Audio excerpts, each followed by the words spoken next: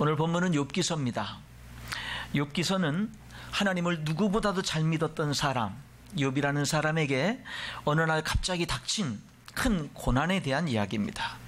사탄은 그렇게 되면 인간은, 욥은 틀림없이 하나님을 욕할 것이라고 장담했습니다. 하나님을 배반할 것이라고, 부인할 것이라고 장담했습니다. 그런데 하나님은, 그래도 욥은, 그래도 인간은 하나님을 섬길 것이라고 하나님은 믿었습니다. 욥기서는 바로 그 문제를 다루고 있습니다. 과연 인간은 하나님이 주신 모든 축복이 다 사라져서 정말 모든 것이 남아있지 않는 그 가장 처참하고 불행한 상황 속에서도 여전히 하나님을 하나님으로 섬길 것인가? 사탄은 할 수 없다고 장담했고요, 하나님은 할 수 있다고 말씀하셨습니다. 욥의 세 친구들은 하나님이 공의로우신 분이기 때문에 까닭없는 고난을 당할 수 없다, 그러므로 욥이 당하는 고난은 욥이 죄를 지었기 때문이라고 주장했고, 욥의 자녀들이 죽은 것은 욥의 자녀들이 죄를 지었기 때문이라고 주장을 했습니다.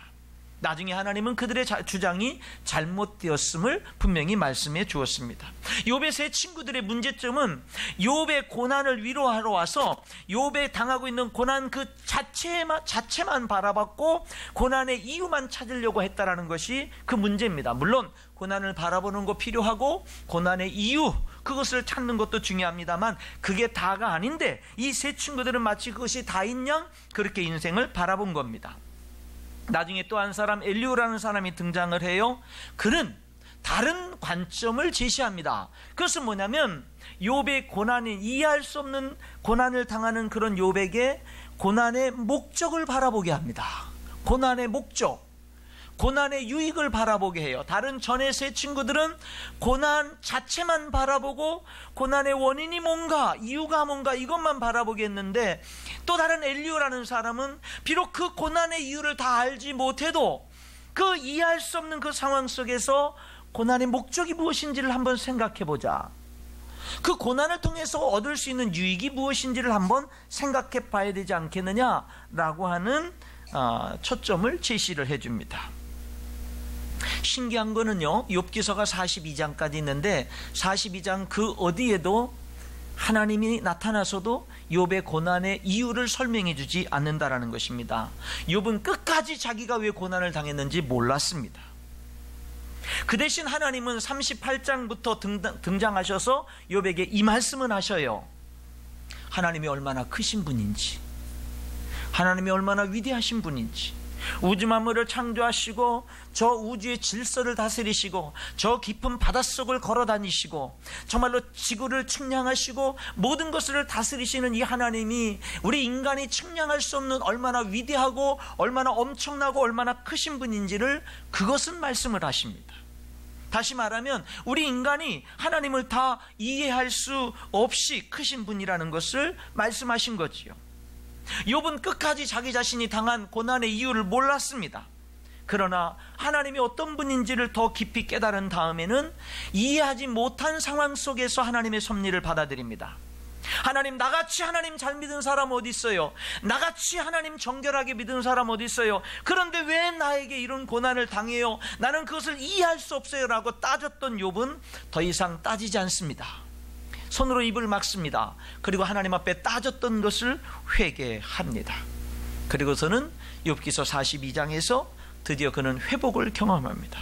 이전보다 갑절의 축복을 경험합니다. 바로 그것이 욥기서의 이야기입니다.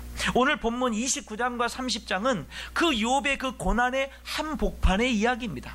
아직 응답받지 못하고 그 고난 속에 10 딸들이 다 죽었고 재산을 다 잃었고 건강을 다 잃었고 세 친구들은 와서 자기를 정죄하고 비난하는, 정말로 모든 사람들이 다 비난하고 손가락질하는 그런 상황 속에서 아무도 없는, 하나님도 응답이 없고 하나님은 침묵하고 하나님이 살아계신지 알 수 없는, 도대체 내 인생의 내일이라는 것이 보이지 않는 그런 인생의 암흑 속에서 고백하는 것이 오늘 본문 29장과 30장의 내용입니다. 29장은 이런 얘기예요. 그때는 그런 이야기입니다. 내가 이 고난이 오기 전에는, 나에게 이런 고난이 있기 전에는, 내가 옛날에는 이 고난이 있기 전에는 진짜 내가 얼마나 좋았냐, 그게 29장의 이야기고, 30장은 그러나 이제는 아무 소망이 없고 남은 것이 아무것도 없는, 그러나 이제는 하는 내용이 30장 전체의 내용입니다. 한번 그걸 먼저 생각해 보겠어요. 29장에 여기 1절부터 다시 한번 볼까요? 욥이 풍자하여 이르되 나는 지난 세월과 하나님이 나를 보호하시던 때가 다시 오기를 원하노라. 그때에는 그의 등불이 내 머리에 비쳤고 내가 그의 빛을 힘입어 암흑에서도 걸어 다녔느니라. 아마 여기 오늘 예배드리는 성도들 가운데에는, 하나님 말씀을 듣는 모든 분들 가운데는 아마 지금 여기 욥이 29장 1절로 3절에서 말하는 그때에는 하는 이런 축복을 누리는 분들도 계실 것입니다. 그런 분들은 그게 축복이라는 걸 알아야 돼요. 근데 우리들 가운데 또 많은 사람들은 이 축복이 나의 과거지 지금은 아니다라고 생각하는 분들도 계실 것입니다. 옛날에는 내가 잘 나갔어, 옛날에는 정말로 내가 큰 소리 치면서 살았어, 많은 사람들 이렇게 도와주면서 살았어, 옛날에 하나님이 나를 막 복을 부어주셨어, 하나님이 나와 함께 하셨고 나를 보호해 주셨어. 그러니까 여러분, 여기 욥이 내가 그때는 이라는 것을 몇 가지로 나눠서 생각해 볼 수 있는데, 첫 번째는 뭐냐면요, 그때는 하나님이 내 삶에 함께 하셨고 나의 힘이 되셨고 나에게 영광이 되셨고 나에게 축복이 되셨어, 이런 고백입니다. 3절에 하나님의 빛을 힘입어 어둠 속에서도 걸어다닐 수 있었고 원기왕성했고, 4절에 하나님이 내 장막에 기름을 발라주셔서 풍성하게 하셨고, 5절에 젊은이들이 나를 둘러 있었고, 7절에 내가 성문에 앉아서 그 성의 지도자 역할을 감당했고, 8절에 노인들도 나를 보고는 일어났고, 9절 10절에 유지들 지도자들도 내 앞에서는 말을 삼가고 말소리를 낮추었고, 사람들은 보는 사람마다 나를 축복했고 들리는 소리마다 나를 축복하는 소리였어 라고 하는 내용이 3절부터 11절의 이야기입니다. 12절부터는요, 그때는 내가 굉장히 가치 있는 인생을 살았고 보람 있는 인생을 살았어, 정말 가치 있고 보람 있는 일들을 많이 하면서 살았어, 그렇게 고백합니다. 부르짖는 빈민과 도와줄 자 없는 고아를 내가 건져줬고, 12절 13절에 망하게 된 자들도 나를 위하여 복을 빌었고 내가 그들을 망하지 않게 도와줬고, 13절 과부의 마음이 나로 말미암아 기뻐 노래했고 내가 과부들도 도와줬고, 14절에 나는 의를 옷 삼아 입었고 맹인의 눈도 되어줬고 다리 저는 사람의 발도 되어줬고 빈궁한 자의 아버지도 되어줬고 모르는 사람의 송사도 돌봐줬고 불의한 자의 턱뼈를 부수고 그들이 빼앗아갔던 노획물들을 도로 빼앗아다가 나눠주기도 했고, 나는 정말 옛날에 정말 내 인생의 삶 속에 가치 있고 보람 있는 일들을 많이 하면서 하나님께 영광을 돌리면서 살았어. 18절부터는요, 그때는 내 인생에 희망만 보였어. 희망만 보였어. 나는 보금자리에서 숨을 거두고 나의 날은 모래알처럼 마르리라 하였어. 다시 말하면 내가 정말 장수하게 오래 내 수명을 오래오래 장수하면서 평안히 살다가 평안히 죽으리라고 나는 생각했어. 19절 내 뿌리는 물로 뻗어나가고 이슬이 내 가지에서 밤을 지새고 갈 것이다. 무슨 말입니까?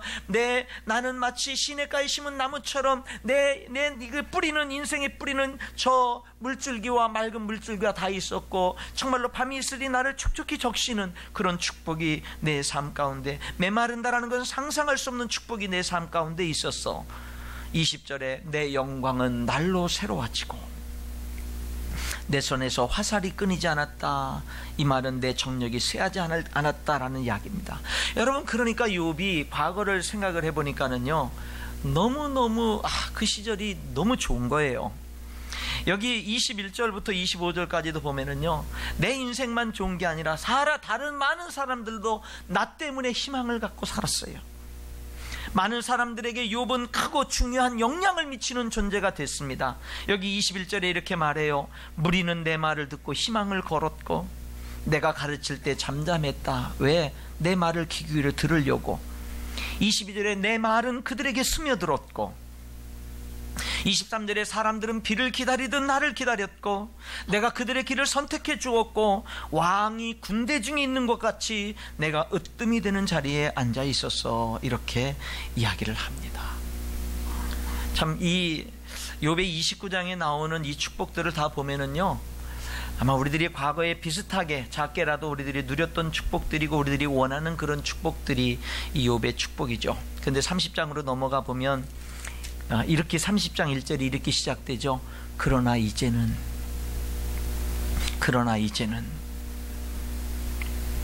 나보다 젊은 자들이 나를 비웃는구나.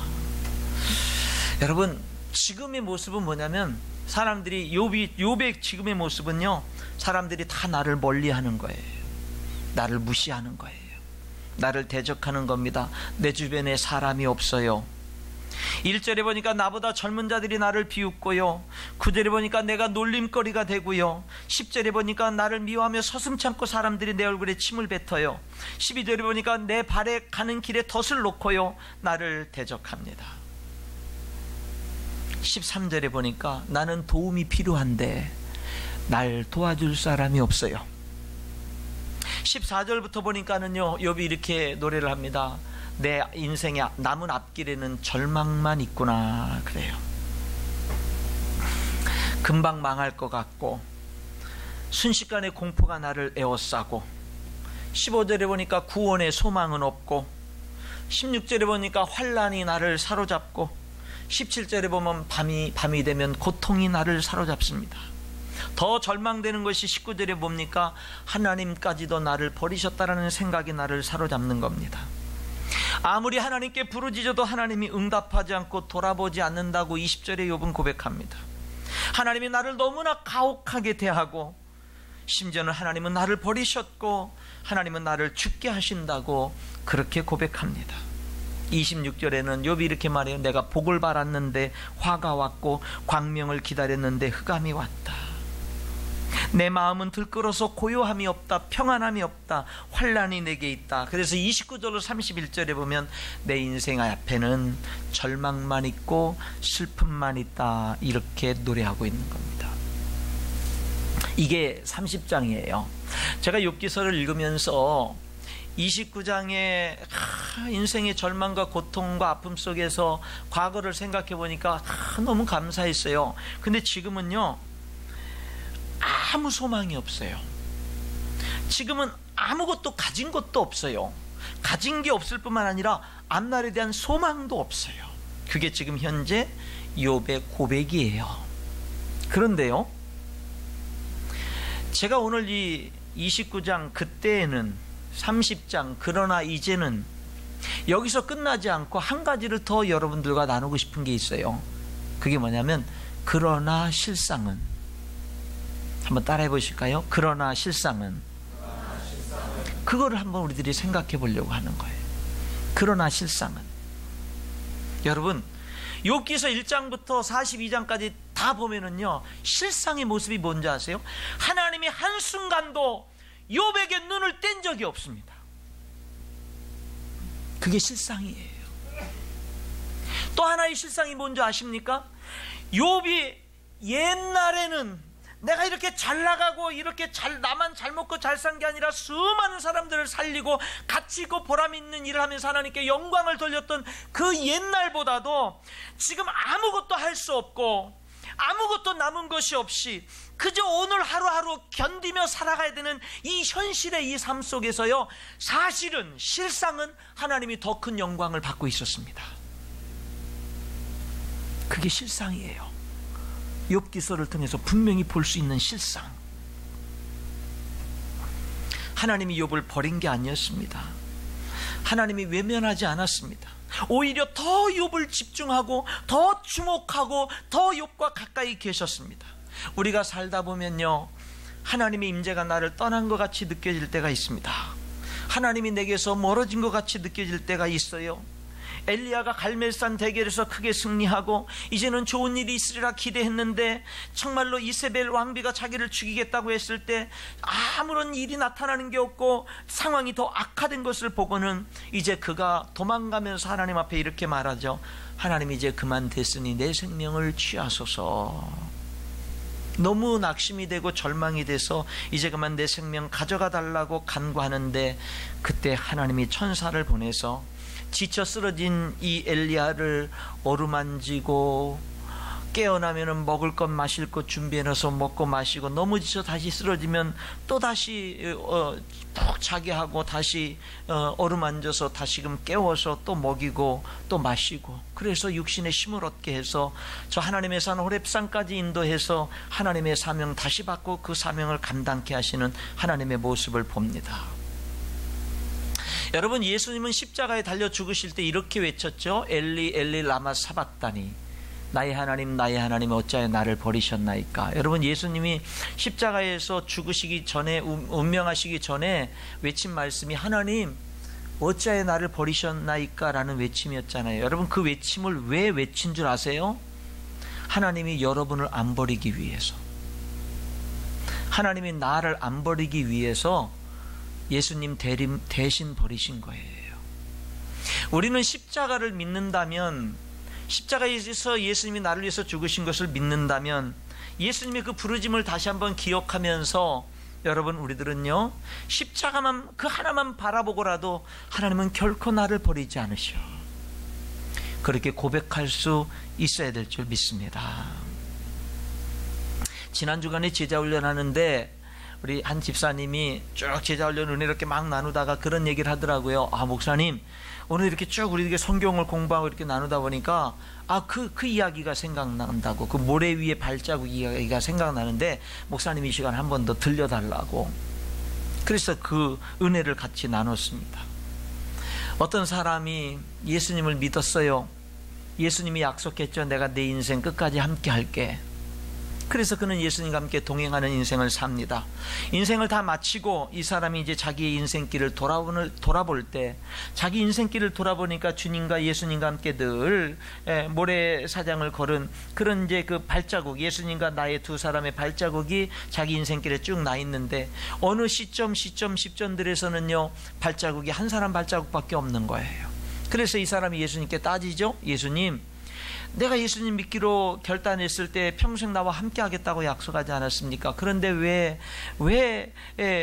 정말 내 인생 가장 어렵고 힘들 때, 예수님이 진짜 더 필요했을 때는 왜 예수님 나를 떠나셨습니까? 왜 그때는 예수님의 발자국은 어디 가고 나 혼자 한 사람만 걸어간 발자국만 있습니까? 라고 이렇게 예수님께 따지니까 예수님이 그랬다잖아요. 얘야, 그때도 나는 너와 함께 있었어. 그때 내가 가장 어렵고 힘들 때, 그때 내 인생에 그 남은 그 발자국, 한 사람의 발자국, 그거 내 발자국 아니야. 그거 내 발자국이야. 그때 내가 너를 업고 걸었어. 그렇게 말했다라는 거죠. 여러분, 하나님은 우리를 결코 버리지 아니하시는 줄 믿습니다. 떠나지 않습니다. 여러분, 외면하지 않습니다. 어렵고 힘들어요? 더 가까이 계시는 것입니다. 그런데 사실은요, 그 실상의 모습은 하나님이 더 가까이, 더 함께, 더 집중하고 더 주목하고 계셨을 뿐만 아니라 그때 가장 큰 영광을 받고 있었어요. 아무것도 할 수 없는 그때에, 아무것도 남아있는 것이 없는 그때에, 오직 하루하루 견디면서 사는 것이 전부인 그때에도 하나님은요, 가장 큰 영광을 받고 있었다라고 하는 것입니다. 사탄은 욥이 까닭없이 하나님을 경외할 리가 없다면서 하나님이 그에게 큰 복을 주셨기 때문에 그런 것이라고, 그의 축복을 거둬하면 틀림없이 욕할 것이라고 그렇게 주장했지만, 하나님은 아니라고, 욥은 틀림없이 그 모든 축복을 거둬가도 하나님의 주권을 부인하지 않을 것이라고 하나님이 믿으셨고 증명하기를 원하셨던 그런 놀라운 이면의 그런 역사가 있었던 것처럼, 욥이 이해할 수 없는 고난 속에서 하나님 앞에 여전히 거할 때에 하나님은 욥을 통해서 영광, 정말로 큰 영광을 받고 있었다라고 하는 사실인 것입니다. 사실은 가장 좋았던 때 예배하며, 자녀들과 예배하며, 자녀들이 잔치를 벌이고 나면 잔치 속에서 마음속으로라도 생각으로라도 범죄했을까봐 잔치가 끝나면 자녀들을 다 불러 모아놓고 예배를 드렸던, 이렇게 정결하게 하나님을 섬기면서 많은 어렵고 가난하고 힘없는 사람들을 도와주면서 영광을 돌렸던 그때 못지않게, 아니 어쩌면 그때보다도 더 하나님께 영광을 돌리고 있었다라고 하는 겁니다. 아무것도 못하는 그때, 아무것도 가진 것이 없는 그때예요. 우리는 여러분, 잘 되는 것을 통해서 하나님께 영광을 돌릴 수 있는 줄 믿습니다. 성공을 통해서 하나님께 영광을 돌리는 거예요. 그러니까 여러분들이 잘 되실 때 하나님께 영광을 돌릴 줄 아는 사람이 돼야 됩니다. 자기가 잘나서 그런 것이냐 가로채지 말고요, 정말 잘 나갈 때 하나님께 영광 돌려야 돼요. 반면에 어려움과 고난을 통해서도 하나님께 영광을 돌리는 우리가 되어야만 되는 줄 믿습니다. 성경은 이렇게 말하죠. 너희 중에 고난당하는 자가 있느냐 기도해라. 그렇죠. 고난당한 것이 내게 유익이라 이로써 내가 주의 율례를 배우게 되었나이다. 하나님께 하루 3번 늘 하던 대로 기도하면 사자굴 속에 던져질 것을 알면서도 여전히 창문을 열어놓고 감사 기도했던 다니엘을 통해서 여러분, 하나님이 얼마나 영광을 받으셨을까요? 우리는 고난 중에도 하나님께 영광을 돌릴 수 있는 줄 믿습니다. 우리는 이해할 수 없는 고난 중에도 하나님께 영광을 돌릴 수 있습니다. 우리는 실패 속에서도 하나님께 영광을 돌릴 수 있어요. 우리는 아프고 병든 중에도 하나님께 영광을 돌릴 수 있습니다. 우리는 문제 속에 신음하는 가운데도 하나님께 영광을 돌릴 수 있어요. 우리는요, 일이 잘 안 풀리는 가운데에서도 하나님께 영광을 돌릴 수 있고요, 내 미래가 잘 보이지 않는 상황 속에서도 하나님께 영광을 돌릴 수 있습니다. 이미 늦었다는 상황 속에서도 여러분, 우리는 하나님께 영광을 돌릴 수 있습니다. 왜요? 하나님은 전능하시니까.